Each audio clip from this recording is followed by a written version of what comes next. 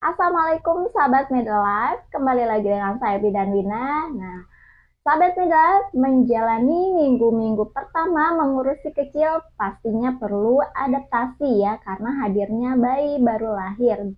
Dalam minggu-minggu pertama kelahiran, ternyata ada hal yang tidak boleh dilakukan pada bayi baru lahir ya Mams. Nah, memang tentu ada yang mempersiapkan bekal pengetahuan ini sejak si kecil belum lahir, tapi terkadang praktiknya tak semulus teori ya. Nah, Mams, ada saja kendala di lapangan yang sering membuat panik dan bingung ketika merawat si kecil ya. Nah, sebelum pembahasan lebih lanjut, silakan subscribe, like, dan share agar kalian bisa mengetahui lebih banyak info seputar kesehatan bersama Medlife.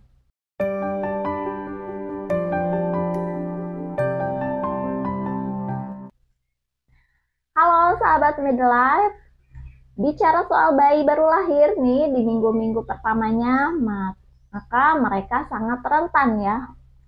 Parents pun perlu hati-hati. Ini karena ada beberapa hal yang tidak boleh dilakukan pada bayi baru lahir ya.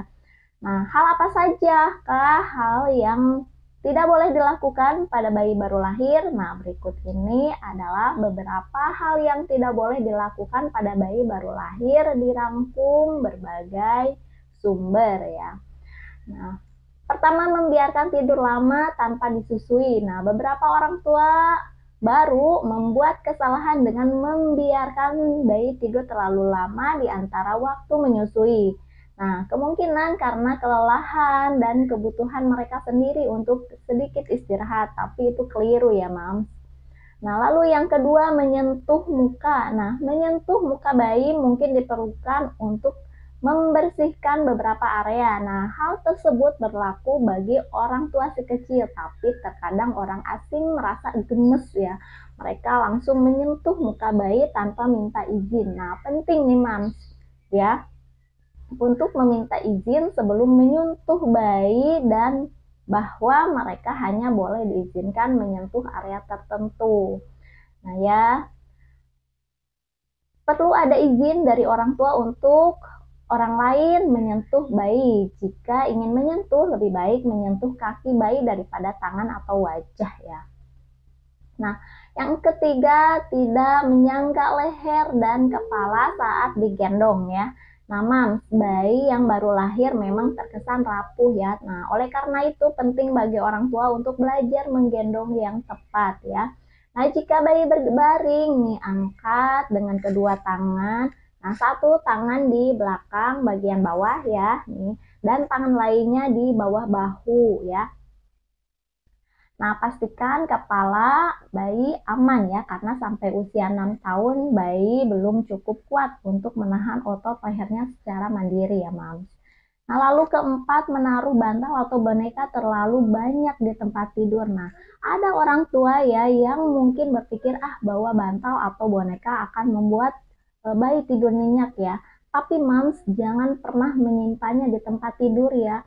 Kenapa? Karena ini beresiko sindrom kematian bayi mendadak atau SIDS ya. Selain itu dapat menyebabkan alergi dan masalah kesehatan berbahaya lainnya karena debu yang terkumpul di atasnya atau karena boneka yang dapat menyebabkan tersedak. Nah, lalu kelima, membiarkannya tidur dalam posisi tengkurap ya, Mams. Nah, cara yang bagus untuk membantu memperkuat otot-otot di kepala, leher, dan lengan bayi saat bayi masih baru lahir. Nah, tidur tengkurap bisa berbahaya ya. Selalu letakkan bayi di punggungnya dan bukan di perutnya ya. Nah, menempatkan bayi terlentang sejak awal akan membantu mereka mempertahankan postur tidur yang baik dan merupakan tindakan pencegahan terbaik terhadap sindrom kematian bayi mendadak atau SIDS. Lalu keenam, menjemur terlalu lama dan sinar matahari terlalu terik. Nah, Mams harus membatasi paparan sinar matahari ya. Hindari menjemur bayi saat matahari sedang bersinar terik, yakni setelah pukul 10 hingga 14 ya waktu Indonesia Barat. Sebaiknya Mams berjemur bayi sebelum pukul 10 atau di atas pukul 4 sore ya.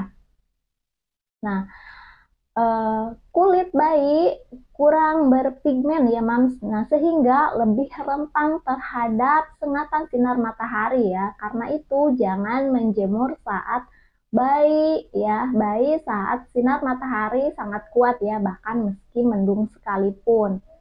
Lalu ketujuh, tidak menyendawakannya seusai menyusui. Nih, salah satu kesalahan utama yang dapat dilakukan oleh orang tua bayi adalah tidak meluangkan waktu untuk menyendawakan bayi mereka dengan benar ya.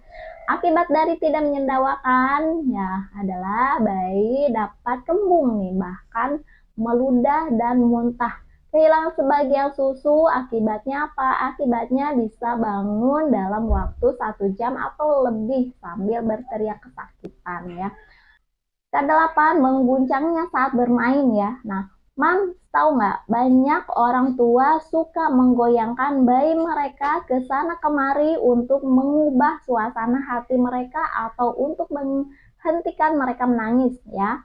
Nah, Mam, mengguncang bayi terlalu sering sama sekali tidak baik ya, karena dapat menyebabkan sindrom bayi terguncang ya. Guncangan terus-menerus bahkan dapat menyebabkan perdarahan internal ya. Lalu kesembilan, membawa ke tempat ramai tanpa tujuan yang jelas ya.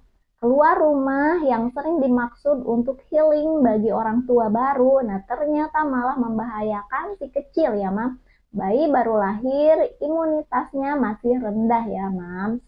Nah, lalu 2 bulan pertama kehidupan bayi baru lahir ya, Mams benar-benar perlu melindunginya dari paparan kuman dan orang yang berpotensi sakit ya. Sistem kekebalan bayi masih lemah ya dan masih tumbuh dan berkembang. Lalu ke-10, jarang mengganti popok nih. Sekitar 43% bayi di Indonesia mengalami ruam popok loh Mams ya, mulai dari kadar ringan sampai berat. Nah, hal ini menjadikan kulit di sekitar bokong dan paha dalam bayi terlihat kemerah-merahan ya. Dalam keadaan parah, bayi bisa menjadi rewel akibat ruam popok. Penyebabnya karena Mams jarang mengganti popok anak ya. Nah, kebanyakan Mams beralasan karena popok belum tampak terlalu penuh ya. Padahal meski popok belum terlalu penuh, popok harus diganti sesering mungkin ya. Karena urin dan kotoran bayi merupakan sumber bakteri ya, Mams. Selain itu, kondisi di dalam popok yang lembab juga bisa memicu pertumbuhan jamur kulit ya. Nah, itulah penjelasan tentang 10 hal yang tidak boleh dilakukan pada bayi baru lahir. Nah, silahkan tulis di kolom komentar jika ada pertanyaan seputar konseling kesehatan atau bisa langsung chat ke nomor admin yang tertera di deskripsi. Semoga bermanfaat. Saya Bidan Wina. Wassalamualaikum warahmatullahi wabarakatuh.